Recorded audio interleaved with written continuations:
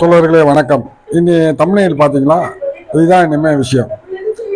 நம்ம அம்மா அப்பாவோ, வயசான அம்மா அப்பாவோ எப்படி பார்த்துக்கிறது, எப்படி ஹேண்டில் பண்ணுறது, என்ன பண்ணலாம், அவங்க என்ன எதிர்பார்க்குறாங்க நம்மக்கிட்ட அப்படின்றதான் நான் இன்னி சொல்ல போகிறேன். நான் அதில் எஜுகேஷன் என்னோட கேட்டகரியில் இருக்கும். அதில் எல்லாமே வரும்.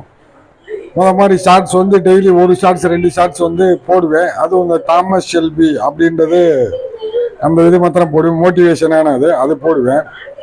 மற்றபடி பெருசாக எதுவும் கண்டென்ட் போடுற மாதிரி இல்லை.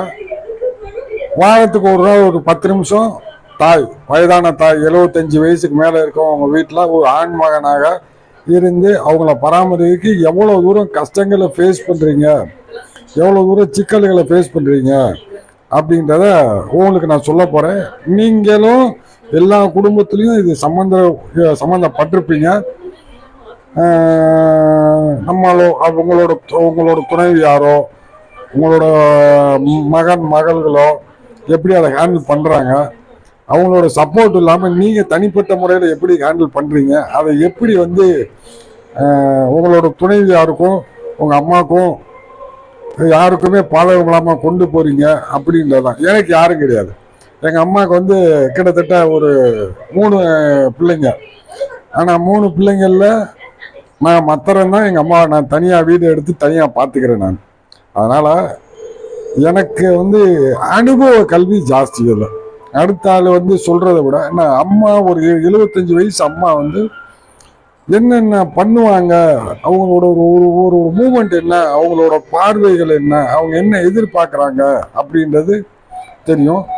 75 வயசு அம்மாவுக்கு எனக்கு எங்கள் அம்மாவுக்கு சரியாக நடக்க முடியாது, முட்டி தேய்மானங்கள் இருக்குது ஒன்று. ரெண்டாவது, நான் ஏற்கனவே சென்னையில் ஒரு ஆர்ஃபனேஜில் வாலண்டியராக இருந்தேன்.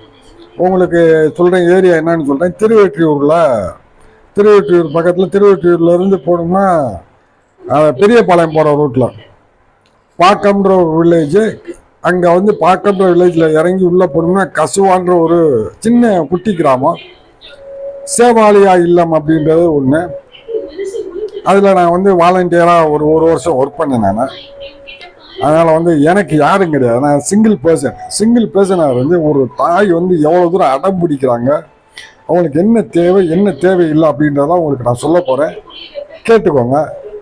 நீங்கள் உங்களோட கமெண்டை எனக்கு ஷேர் பண்ணுங்கள், என்கரேஜ் பண்ணுங்கள், சப்ஸ்கிரைப் பண்ணுங்கள். நன்றி தோழர்களே, வணக்கம்.